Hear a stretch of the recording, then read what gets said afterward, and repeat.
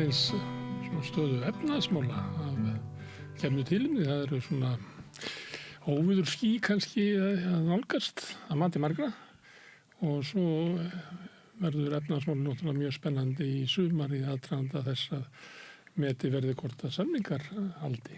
Hingað er kominn Stefán Ólafsson, prófessor í félagsfræði og sérfræðingur hjá Eflingu. Velkomin. Takk.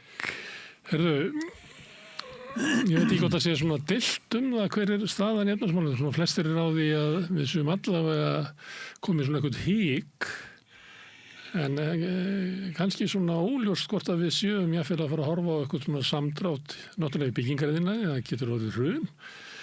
Í ferðaiðnaði, það virðist vera að það er ekki vöxturar fyrir utan sólmyrkvann. Hvert er þitt mat á svona hverjir? Já, sko, ef maður bara horfir á hagvöxtinn, eins og hann hefur verið núna síðustu ár, hann náttúrulega datt niður í COVID og svo var á uppsveiflunni eftir COVID var mjög mikill hagvöxtur hér, sérstaklega 22. Og bánsaði upp svona? Já, og bara fór upp í alveg 10% þegar mest var og hérna þannig að 2 og 3 voru mikil hagvaxtar ár. Síðan hefur verið samdráttur, 24 og 25, mjög lítill vöxtur 25 en samdráttur í fyrra, og ég var nú að skrifa grein eiginlega þetta á heimildinni sem var birt á heimildinni daginn. Það sem ég lagði út af hagvaxtarspá Landsbankans fyrir næstu 3 árin, árið í ár og til 2028 og þau eru að spá hagvexti á þessu tímabili sem mjög litlum vegna þessarar kólnunar sem að Seðlabankinn er að ná fram með háum stýrivöxtum. Og þegar ég ber þessa hagvaxtarspá þeirra sama við fólksfjöldaspá Hagstofunnar, bara meðalspá þeirra, að þá verður samdráttur í hagvexti á mann alveg á hverju ári. Það getur ekki verið að fólksfjölgunarspá Hagstofunnar byggi á bjartari efnahagsspá? Já, þeir eru bæði með háspá, miðspá og lágspá og ég nota miðspána þeirra og hún gerir náttúrulega ekki ráð fyrir svona hámars fólksfjölgun vegna innflytjenda.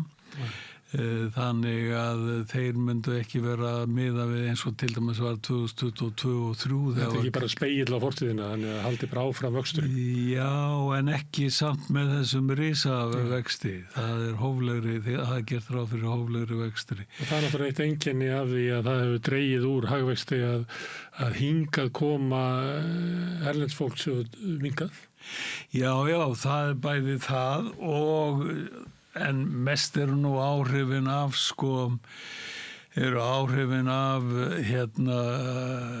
hagvaxtarstefnunni og fyrir utan svona einstaka greinar sem hafa verið eins og álframleiðslan út af vandræðum á Grundartanga og kísilmálmurinn á Húsavík, svona takmörkuð áhrif tímabundin en hagvöxtur, bæði hagvöxtur og hagvöxtur á mann eru vel undir langtíma meðaltali á Íslandi. En á hverju er Seðlabankinn þá með háa vexti til þess að kæla hagkerfið ef það er orðið kalt?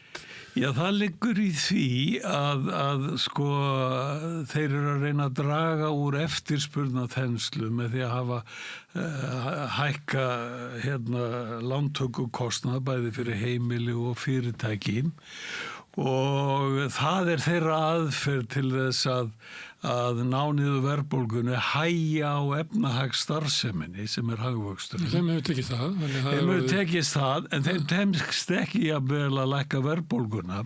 En ekki allar að halda áfram, ekki allar að lendi því sem er sagt í læknisfræðinni að aðgerðin tókst vel þótt að sjúklingurinn sé dauður. Já, þeir eru dálítið fastir þar samt sem áður að þeir eru með aðferð sem að hittir ekki algjörlega á margar helstu orsakir verðhækkana eins og til dæmis þenslu áhrifin af húsnæðismarkaði eða innflutningsverðlagi núna, bensínið, olían og áburður og fleira og þeir eru ekki að tempra í raun og veru, ekki að tempra þá þenslu sem að kemur af erlendum túristum, enga neyslu þeirra hér á landi og fjárfestingu stór fyrirtækja sem taka lán erlendis, þeir draga ekkert úr þenslu sem fylgir því, til dæmis eins og öll uppbygging baðlóna, ég meina það bláa lóni tekur væntanlega aðalega erlend lán til að byggja þessi lón í Þjórsárdal og víðar og aðrir sömuleiðis, þannig að þessi aðferð Seðlabankans, hún er mjög ómarkviss. Þannig að hún er ekki að taka á mörgum af helstu orsökum verðbólgunar eins og hún er hér og þess vegna hafa þeir leiðst út í þetta að vera með vaxtastig miklu hærra hér heldur en við sjáum af sambærilegri verðbólgu í nágrannalöndunum. Og svo einhverjir segja líka vegna þess að fólk á undankomu leiði að fara yfir í verðtryggð lán með aðeins lægri greiðslubyrði að þá virki þessi hávaxtastefna heldur ekki nógu vel.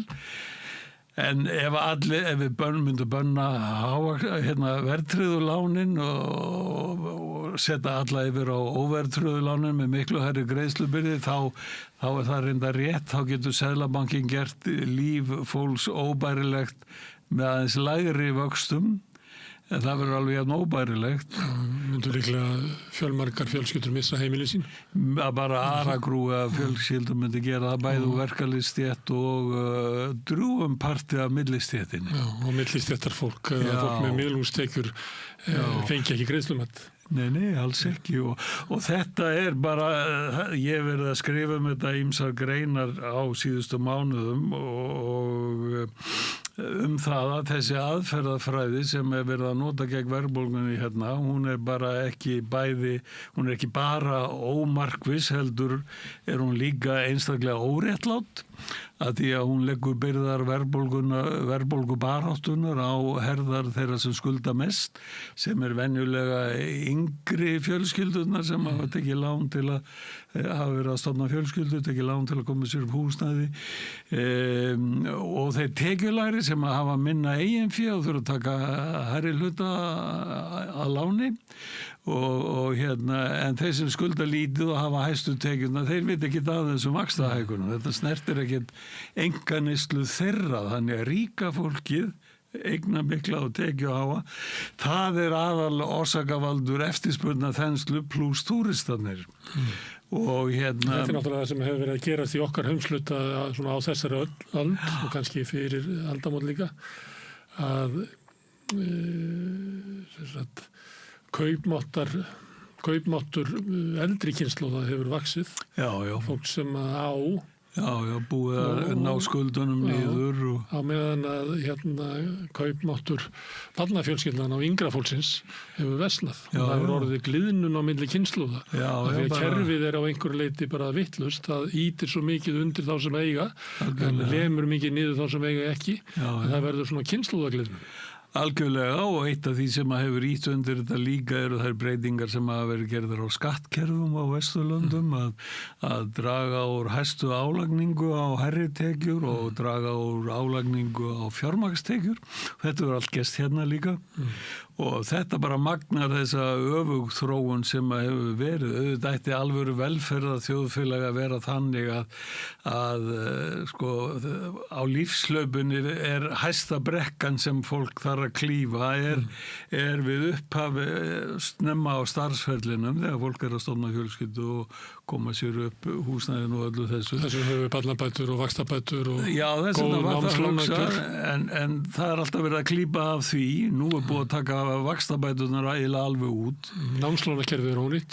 Námslánakerfið er með ömurleg lánskjör, miklu verri en áður voru.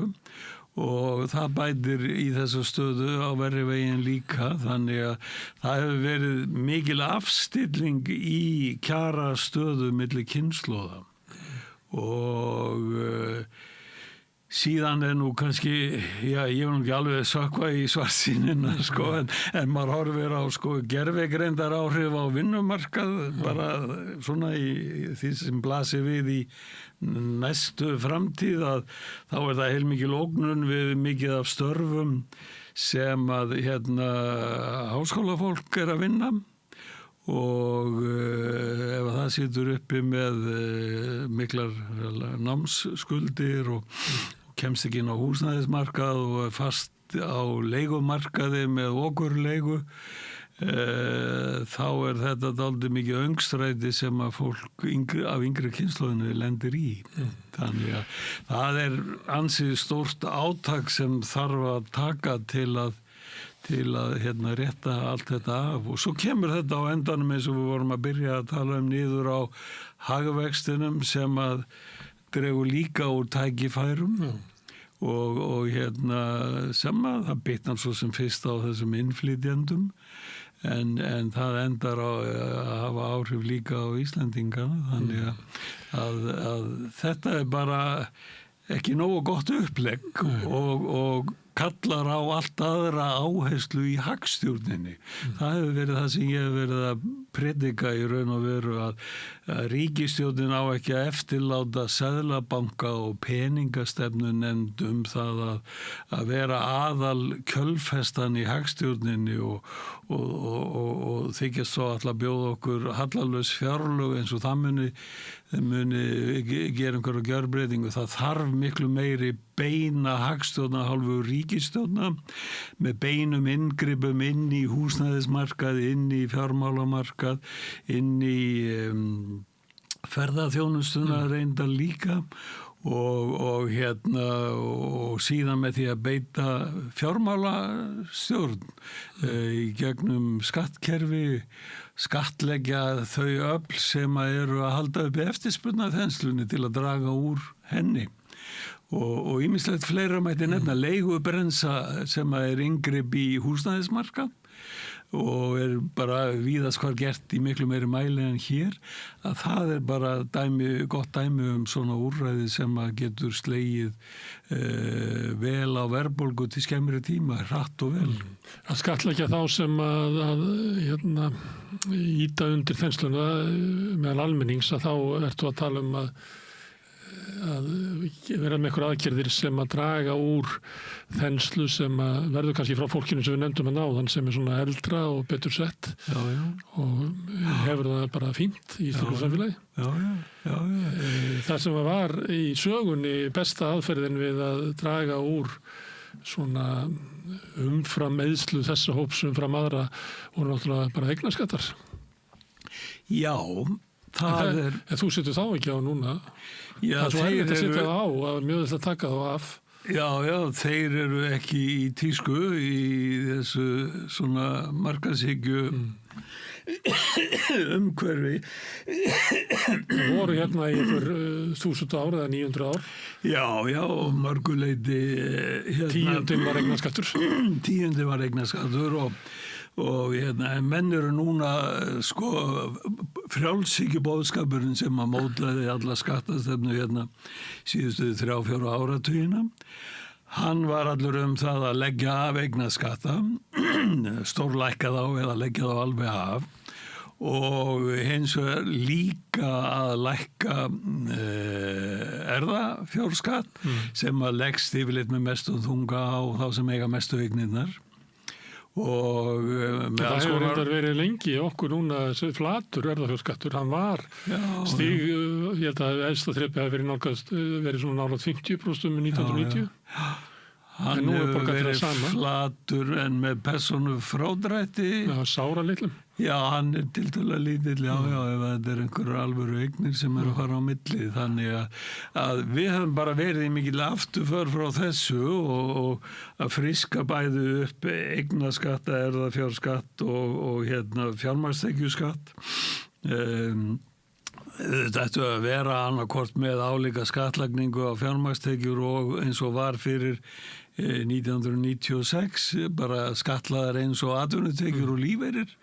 Ef ekki þá ættu að minnstakosti að vera með þrepaskiptan fjármagnstekjuskatt af því að fjármagnstekjur þær dreifast einstaklega ójæft 70% allara fjármagnstekna koma til þeirra 10% sem hafa hæstu tekjurnar, almennar aðrar allar tekjur og þannig að það hefur verið þróunin í þessu öllu að létta byrðum af þeim sem eiga og hafa meiri tekjur. En frammi fyrir ástandinu sem við erum í núna, þá veist þú eins vel og ég að það ekki svona pólitísk tækifæri til þess að fara út í svona aðgerðir, að leggja á eignaskatt, hækka fjármagnstekjuskattin upp í 25, setja efra þrepu í hann í kringu 40. Já. Ég meina, sérðu fyrir þér til dæmis Viðreisn sem nú með fjármálaráðuneytið standi í svona aðgerðum? Ég sé það nú reyndar ekki. Það ætti svo sem að standa nærri bæði Samfylkingu og Flokki fólksins að gera það.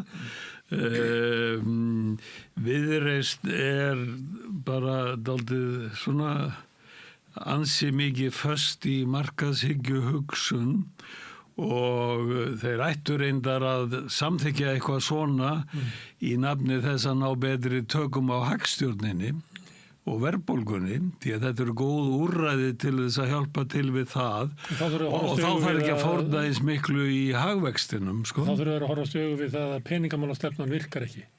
Já, þeir þurfa að læra þá leksíu sem orðin löngu tímabært að menn get ekki lifa hér í einhverjum draumaheimi, einhverja nýfrjálshyggju sem er löngu búin að sýna sig að vera ekkit annað en bara hagsmuna þjónkun við þá ríku og eignamiklu. En við erum eitthvað liti í þeirri stöðu að það sjá allir sem að vilja sjá að vaxtastefna Seðlabankans virkar ekki. Já. En samt ég er langflesti sem taka þátt í umræðinni, þeim er bara ómögulegt að viðurkenna. Já, þetta er bara ótrúlega, þetta er náð alveg ótrúlega langt þessi réttrúnaður sem er ríkjandi núna og alveg með ólíkindum og ég er alltaf jafn hissa á því hvað félagar mínir í hagfræðingastéttinni eru einsýnir á þetta allt. Það hefur reyndar alltaf verið dálítið einkenni á íslenskri hagfræðingastétt frá því að ég fór að fylgjast með því þegar Jóhannes Nordal var seðlabankastjóri. Það samþjóttu alltaf allir hagfræðingar allt sem hann sagði og það var aldrei neitt annað sjónarhorn sem að maður var hins vegar að lesa í erlendum háskólum, sko.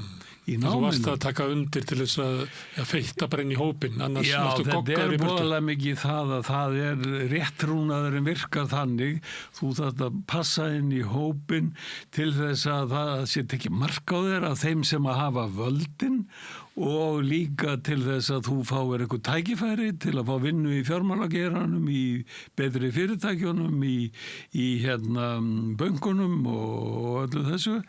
Það sem að er svona eftirsóttustu starfsstöðvar fyrir hagfræði menntað fólk og þess vegna er þessi meginströms hagfræði markaðshyggjunnar, hún er svona sterk fyrir það að þeir sem ætla að víkja eitthvað frá tískunni að þeir þurfa að fórna tækifærum svolítið. Ég las einu sinni eftir manni sem hafði lifað inn í kerfinu í Sovjetríkjunum á svona eftir Brezhnev árin þegar Andropov-félagar voru þarna og hann sagði eitthvað í þá veruna auðvitað vissu allir að kerfi virkaði ekki. En það hafði bara engin persónulegan hag að því að benda á það. Þannig kannski verður bara að lýsa því það sama að þó svo að menn kannski horfið sjáu að peningamálastefnan virkar ekki, að nýfrjálshyggjan grefur undan samfélagunum og veldur úlfúð og upplausn og okkur fleira, þá hefur kannski hver hagfræðingur ekki persónulega hag af því að ræða þetta, vegna þess að þá fær hann ekki vinnu í greiningadeildinni og þar hann til göttunum. Kannski eru við bara í slíku ástandi? Við erum algjörlega í slíku ástandi, þannig að það er bara hagfræðingar eins og sem að vinna fyrir verkalýðshreyfinguna sem að geta að tala svona aðra leiðir sem að sko voru reyndar, þær leiðir voru allar í tísku bara leiðir keynesískrar hagstjórnar sem eru með miklu stærra hlutverk fyrir ríkisstjórnir heldur en fyrir seðlabanka. í hagstjórninni og baráttunni við verðbólguna. Þetta var í tísku frá lokum seinni heimsstyrjaldar og fram yfir 1980 og það nú tímabil það sem var miklu meiri hagvöxtur og betri og meiri lífskjarabati fyrir allan þorra almennings. En ríka fólki var ekki að gera það eins gott og hafði verið ofta á áratugum fyrir tíma. Það var ekki eins mörg 500 fermetra einbýlishús í höfuðborgarsvæðinu. Nei, og ekki í eigu sömu aðila og 500 fermetra hús sem ég reyma íbúðir og snekkjur í útlöndum, heldur ekki. Þannig að þetta bara dálítið mikið saga nútímans, þessi samþjöppun og gríðarlega mikil aukning á auði. Já, ef eitthvað venjulegt fólk vill keyra þessi hverfi, það sem eru þessi risastóru hús og velta fyrir sig hvernig standa á þessu. Það var náttúrulega ástæðan fyrst og fremst skattabreytingarnar sem voru á nýfrjálskutímanum, sem að færði gríðarlega nauð til svona þeirra sem að fljóta ofan á í þessu. Já, bæði það og fjármálavæðingin líka, meiri tækifæri til að og skattfríðindin pluss fjármálavæðingi meiri tækifæri til að ávaxta eignir hratt. Herðu, nokkur horfa miklu nær. Það hvort að við séum að sigla inn í svona kannski alvarlegan samdrátt. Það hefur svolítið verið talað það í byggingarvinnaði og við skulum fara yfir það eftir. En það ýmis merki svona í ferðaþjónustunni sem að maður að reyna að hlusta svona á milli línanna þegar fólk að tala bókunarstöðu og þetta hljómar allt svona eins og að við séum kannski að horfa á jáfnvel meira heldur eitthvað svona 3% samdrátt og svona sem ég held að sé alveg ljóst að verði. Það getur líka það öll flugfélög að draga úr frambóði.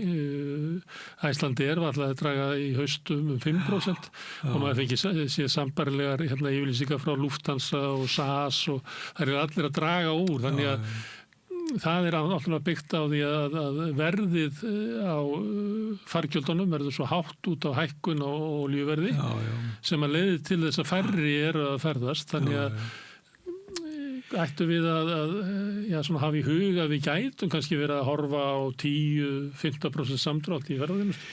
Já, heimurinn náttúrulega komin dálítið í niðursveiflu fasa. Ekki síst hefur það magnast með þessu fáránlega stríði við Íran og í Miðausturlöndum og það þýðir náttúrulega að kaupmáttur fólks að fara niður. Bara hækkun eins og við sjáum í Bandaríkjunum á bensínverðinu, það sem var nú lágt fyrir svo sem kannski miðað við það sem við þekkjum, en þeir eru bara mjög viðkvæmir fyrir þessu og fleira mun hækka svo sem í tengslum við þetta allt saman og lægri kaupmáttur eins og í Bandaríkjunum þýðir að það mun koma færri ferðamenn frá Bandaríkjunum til útlanda. Og þar á meðal til okkar, við erum mjög dýr áfangastaður.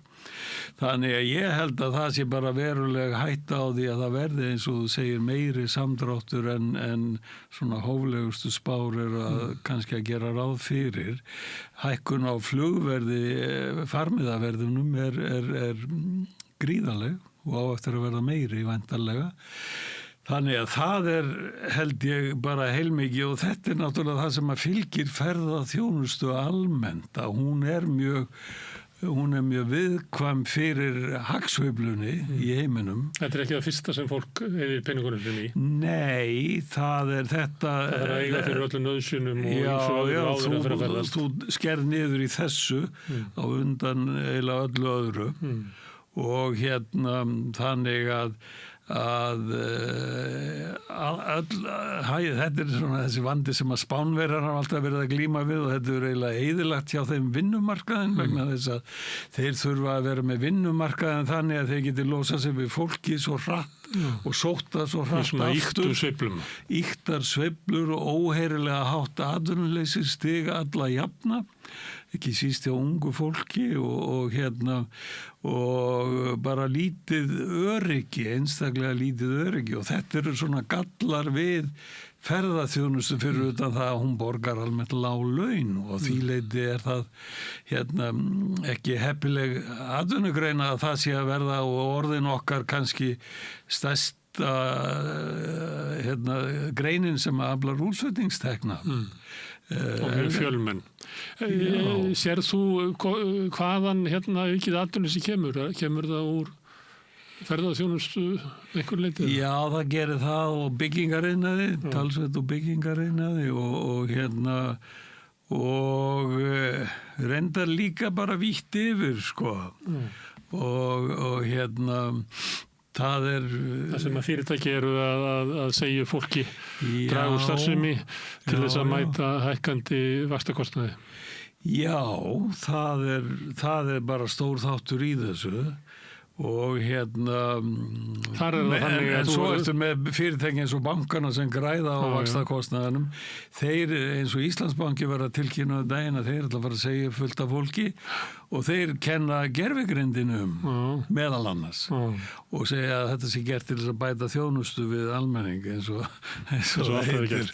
Þeir hafa lokað mörgum útibúum í nafni þess að vera að bæta þjónustuna. Já, einmitt, það er allt þannig en fyrirtækin er þannig að þú getur ekki senkað í að borga vextina. Nei. Og þetta er miklu vandamálu þá. Já, og það er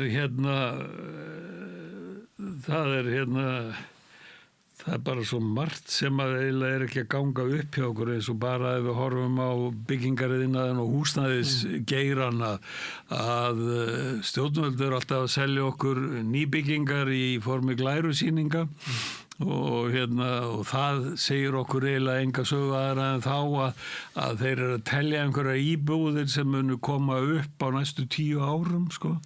Það er verið að lofa einhverjum 1000 upp í Úlfarsfelli og 1200-1400 inn í miðri borginni. Þetta er allt bara plön næstu 10 ára. Þá geti ég spurt. En svo eru 4000 íbúðir eða meira til sölu og það getur enginn sem myndi eðlilega þurfa að kaupa þér. Þeir ráðu ekki við að kaupa þér. Og þá lenda verktakarnir sem að voru að byggja þetta í vandræðum, þeir eru búin að fjármagna þetta einhverju leyti með lánsfé og þetta er bara siglt í strand. Ég geti spurt það með sama og með peningamálastefnuna að það ættu allir að sjá að húsnæðisstefna sem hefur verið rekið svona frá 2004-2005, hún virkar ekki. Það ætti að vera að krafa húsnæðisstefnuna, hún skaffi almenningi ódýrt og öruggt húsnæði, en þessi stefna er alveg langt frá því. Og hún fullnægir ekki þörfum samfélagsins fyrir húsnæði.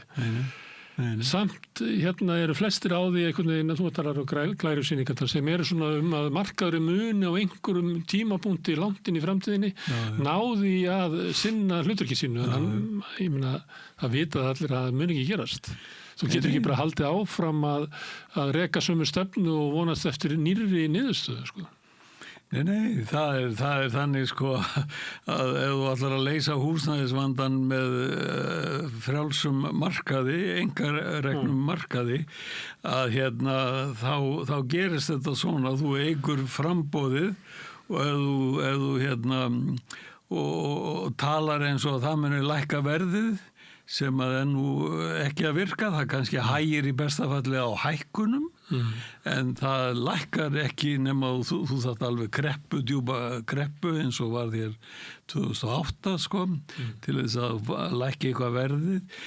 Síðan þegar þú rýmir lánskjörin þá verður eftirspurnar búst sem að sprengir verðið aftur og þannig víxlast þetta á þessum blessaða frjálsa markaði og stefnan er bara í eina átt til húsnæðismarkaðarins í Hong Kong. Það sem að þeir sem að standa neðst í stiganum, þeir geta í besta falli vonast til þess að geta leitt sér skáp til þess að sofa í á nóttinni og búa svo á götunni á daginn. og þetta bara það sem að frjáls húsnæðismarkaður skila, þannig að þetta gengur hvergi upp fyrir samfélagið og samfélagslegu þarfirnar nema þú sért með einhver staðar öðru hvoru megin við þriðjunga húsnæðinu í sem er orðið til á félagslegum forsendum með skárri lánskjörum eins og var í gamla félagslega húsnæðiskerfinu sem var lagt niður 1999 eða þá að það er óhagnaðardrifin félög sem að sjá þetta og en markaður getur aldrei uppfyllt húsnæðisþörf svona þriðjungs þeirra sem hefa lagt upp tekjurnar. Nei, það hefur hvergi gerst í heiminum og mun ekki gerast. En samtölu við það ef þú skoðar stjórnmálaflokkana þá eru þeir meira að minna að tala eitthvað svona tjasl og plástur á óbreytt kerfi.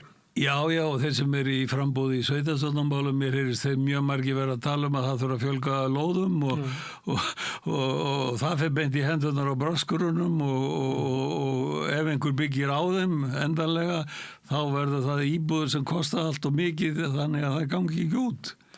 Og þetta er bara á svo marga vegu í öngstræti og bara kallar á tiltölulega róttæka uppstokkun á þessum húsnæðismarkaði sem að ríkisstjórn þarf að gera, hún þarf að leggja þær línur ef að á að verða einhver alvöru breyting, annars bara danglast þetta svona áfram í sívaxandi kreppu. Við sjáum að það er stærri hópur sem er í svona húsnæðiseklu, fólk býr þrengra, fólk hefur flutt út í iðnaðarhverfin og það eru svona öll merki þess að það sé húsnæðisekla. Það er ekkert sérstakt verið að gera til þess að vinna á henni, ekkert sem að orða að gerandi raunverulega. Ekkert risa átak eins og þarf. Vaxtastefnan, og það er ekki bara háir vextir heldur það skilyrði Seðlabankans fyrir því að fólk getur tekið lán. Veldur því að ég veit ekki hvar mörkin eru núna, alltaf ekki þriðjungur og plús það að fólki sem stenst ekki greiðslumat fyrir þær íbúður sem eru í boði. Þannig að það er bara klift frá því að geta eignast húsnæði, allavega þriðjungur. Já, það er alveg búið að verðleggja verkalýðsstéttina sem er nú svona hátt í þriðjungur kannski. Og þú gæti kannski sagt við eitthvað miðað við alltaf ekki 5-6% raunvextir á húsnæðislánum almennings.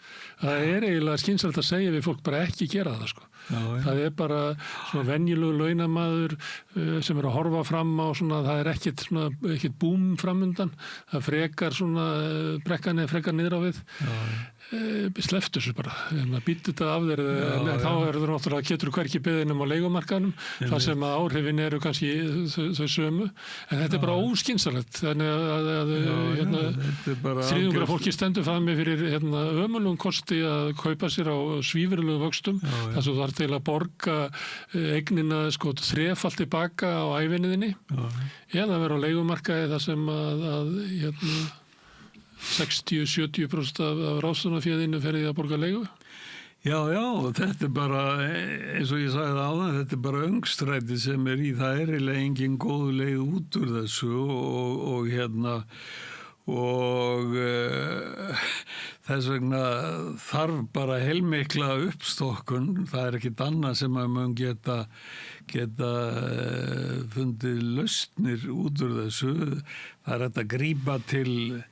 Ég held að það verði eins og við höfum verið að leggja til hjá Eflingu til dæmis varðandi leigumarkaðinn að ef að stjórnvöld væru til í að gera það sem er mjög víða gert að setja alvöru hömlur á hækkun leiga hefur hækkað 3 sinnum meira heldur en annað verðlag og er þar að leiðandi mjög sjálfstæðu drifkraftur verðbólgunar ef að það væri vilji til þess að gera það og ekki bara banna mánaðarlegar hækkanir sem hefði átt að vera löngu búið að gera heldur líka að setja hámark á leyfilegar árlegar hækkanir sem að væri þá bara miða við sem sagt annað verðlag í landinu, það er að segja verðlagsvísitölu án húsnæðisliðarins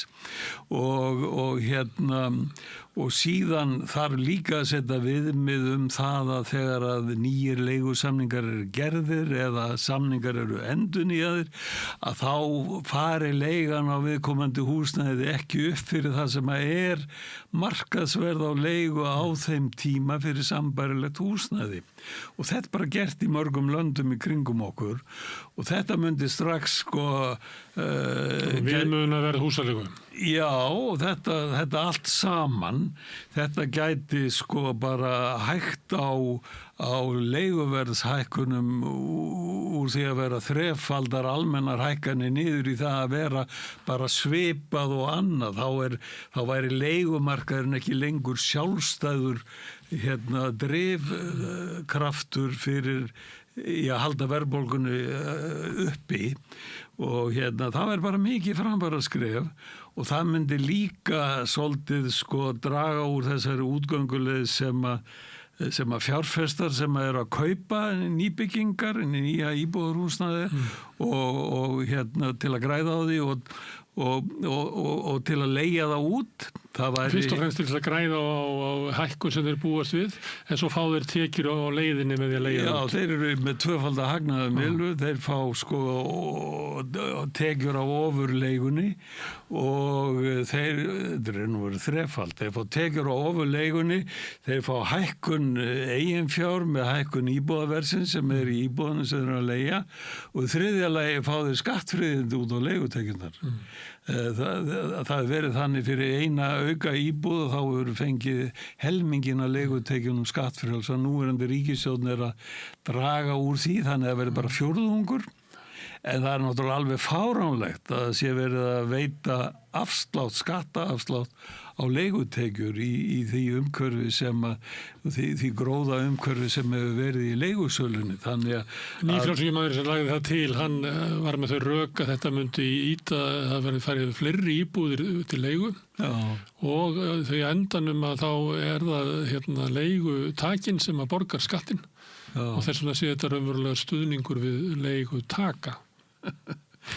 Já, það er mjög súrrealísk röksemdafærsla. Ég segi þetta náttúrulega bara þannig að þetta eru algengustu hagfræði rökin gegn því að setja einhverja verðstýringu á leigumarkað, einhverju inngrip, að þá mun enginn vilja leigja út íbúðarhúsnæði. En fyrir 15 árum, áður en leiguverðið þrefaldaðist, fyrir 15 árum, áður en það þrefaldaðist og áður en nokkur skattfríðindi komu á leigutekjur það sem var áður í fjármagnstekju skattinum, að þá var bara nóg framboð. Þá voru hér árið 2014-15 bara svipað hlutfall af þjóðinni í leiguhúsnæði. Það var enda svolítið, það snari jókst leigjenda hlutfallið út af kreppunni eftir hrunið, en það var nóg framboð leiguhúsnæði án þess að leigan væri svona há eða án þess að það væri skattfríðindi á henni. Og þannig að leiguverð og íbúðaverð, þetta eru allt hækkað mjög langt umfram byggingakostnað sem að segir okkur bara alla þá sögu að þetta er allt saman orðið miklu arðvænlegra en það var áður. Þannig að þetta með þola heilmiklar hömlur á hækkunum í framtíðinni samt verða nóg framboð bæði af íbúðarhúsnæði til sölu og til leigu. En það fínt að losna við leigusala af markanum sem að eiga svo lítið eigifé að þeir verði að leigja íbúðuna sínar á okurverði til þess að halda þeim. Það er bara fínt að losna við þá. Ef þeir hafa tekið lán til að kaupa auka íbúð. Ef þú ert svo þaninn að þú verður að vera með okurleigu, þá er bara fínt að þú bara gefist upp og seljir íbúðuna þína. Já, það er akkurat svona aðila sem við viljum losna út úr myndinni. Þannig ég meina, ef þú reyrt menn vera mæra kapitalismanna, þá er það meðal annars gert með þessu að þeir sem ekki standast samkeppnina og það getur verið mörg á henni hefur það bara gefast upp. Svíjar voru með við getum ekki haft við leiguverðið eins og sá veststaddi leigusalinn þarf á að halda. Akkurat, þetta var svona kjarnin í rökum sem að voru tíðkuðust í Svíþjóð hér á áratugum fyrir tíma frjálshyggjunnar að það væri nauðsynlegt að hafa tiltölulega há laun fyrir á vinnumarkaðinum og sérstaklega fyrir láglaunafólkið því að það hreinsaði út óeffektífu fyrirtæki með lágu framleiðnina, lélegu stjórnunina og bara gott fyrir hagvöxtin að losna við þau. Þetta virkar á svipaðan átt að leigumarkaðinum eins og þetta segja. Já, þetta voru sagt að það væri munur á íslenskum svona launamarkaði og skandinaviskum. Að í Skandinavíu væri stefnan að því að borga hálaun og þeir sem ekki réðu við það eru bara að fara eitthvað annað. Það er þetta fyrirtækin. En á Íslandi væri stefnan að borga láglaun og þeir sem ekki fylgdu það eru bara að flýja land. Þessu almenningur. Og þannig virkaði það sko. Það var þannig að þegar að harnaði á dalnum komu kreppur út úr sjávarútvegi og eitthvað svona sko, þá streymdi fólk til hinna Norðurlandana og til Noregs eða Gautaborgar eða eitthvað slúðis. Herðu, en ef við horfum aðeins á húsnæðismarkaðinu út frá verktökunum sem að byggja húsnæði. Sama háttum að geti sagt við það, fólk að ég get ekki ráðlagt til að vera að taka svona há lán til þess að kaupa húsnæði á svona háu verði, en þá getur ég sagt við verktakana að ég myndi ekki ráðleggja þeirra að fara að byggja með fyrir lánsfé í ykkur 3 ár á þessum vöxtum, vitandi það að sko kaupgetan er ekki að fara að vaksa það núti með að við óbreytta peningastefnu og annað slíkt. Óbreytta húsnæðisstefnu. Þannig að pakka þau bara saman og reynda að lifa þetta af, farðu bara eins og björnin í Hýði. Þeir eru að gera það. Þeir eru að gera það. Þannig að við erum annars vegar með sem er ekki hægt að ráðleggja neinum að kaupa og við erum með það sem er ekki hægt að ráðleggja neinum að byggja. Þetta hlýtur náttúrulega enda í einhverju. Þetta keyrir alltaf vegg og það er bara þannig og mér fannst það einmitt svona athyglisvert þegar ég var að vinna að undirbúninga tillögum Eflingar leigubremsuna, þá fór ég að kanna arðsemi hjá leigusölum, fasteignafyrirtækjanum sem er að leigja bæði íbúðarhúsnæði og út og sem er að leigja út húsnæði til fyrirtækja, atvinnuhúsnæði, að þeir eru með sko hagnað sem er einhver 50% af veltu, sem er meira en bankarnir eru með. Bankarnir eru með rúmlega 40% af veltu og er einstaklega hátt. Meðal hagnaðarhlutfallið í hagkerfinu almennt er 10% af veltu. Og þetta er svolítið að vísu misjast eftir greinum. Veitingaþjónusta til dæmis er með lægra hagnaðarhlutfall og suma greinar eins og hugbúnaðurinn er með hærra og svona. Þú færði ekki meira hagnaðarhlutfall en mann bara með kókaininnflutningi, þá getur þú tekinn. Ég held að það sé þannig og þetta komið mjög óvart og bara byggingafyrirtæki, þeir bara rétt í kringu 10% hagnaðarhlutfall. Það er verktakarnir. Já, verktakarnir sem er að búa til íbúðunar sem að fjárfestarnir koma svo að kaupa og leigja út til túrista eða heimamanna og og þeir eru með bara 5-falt landsmeðaltalið í hagnaði fyrirtækja og þetta er bara alveg ævintýralegt. Ævintýralegt rugl, sko. Einhver hefði kannski látið sér þetta í hug að fyrst að íbúðaverð hefur hækkað svona mikið umfram byggingakostnað, þá ættu byggingafyrirtækin að vera í blúsandi góðæri. Þetta er reyndar ágætis tími fyrir þá að vera með 10%, því að þeir eru dálítið viðkvæm atvinnugrein, sko, fyrir afkomu og hafa oft farið niður fyrir þetta. En það er ekki þeir sem eru sökudólgurinn fyrir háu íbúðaverði eða hárri leigu. Nei, það eru hinir milliliðirnir, fjármála milliliðurinn og leigusalarnir. Og það gerir þannig að því vitnaði þannig í hugmyndir fólks sem hvernig kapitalismin virkar, að þá ætti að vera þannig í þessari stöðu að fólk hefur ekki efni á að kaupa íbúðunar á því verði sem verið að bjóða þar, að þá myndu það lækka. En það gerist ekki vegna þess að þessir aðilar sem að þú ert að tala þeir koma og kaupa vegna þess að þeir geta krist út úr þessu arð með því að leigja þetta á markaði. Þannig að það gerist ekki að verði sko verðfall sem að leiði til þess að fólki sem hefur ekki efni á að kaupa húsnæði á því verði sem er í dag hefur efni á að kaupa það vegna þess að lækka. Þannig að það er Og sömuleyti virðast bankarnir sko styðja þetta því að þeir, sjálf, ég held að sé líka þannig að þeir geta raunverulega ekki leyft verðlækkun að fara, til dæmis út af þessum leigufyrirtækjum, því þá þarf það að lækka allan eignastokkin og þá getur þau bara lent í því að verða gjaldþrota, af því að þau eru fæst með meira heldur 30% eigifjárhlutfall. Þá eykst áhættu stöðlinn á þá, eins og bankarnir regnan. Eða þá að verktakarnir geta lent í svo þurftu að gera það bara upp. Þannig það tregða, fólk heldur að sko þessu markaðslögmál sem að gilda, það eru mjög stíf tregða til þess að venda eða halda verðinu uppi á meðan að það er engin vilji til þess að taka upp tregðuna sem að þú varst að nefna að halda leigunni niðri. Já, mikil og skubb sko, og þannig virkar fjármála geirinni yfirlega sko, hann stendur alltaf svolítið í vegi fyrir svona aðlögunar breytingum og mér finnst það líka varandi þetta að verðið lækkar ekki, að þá ertu með þessa aðila sem eiga mikið af íbúðum sem eru oft bæði fjárfestar og þessi félög, fyrirtæki, í stað þess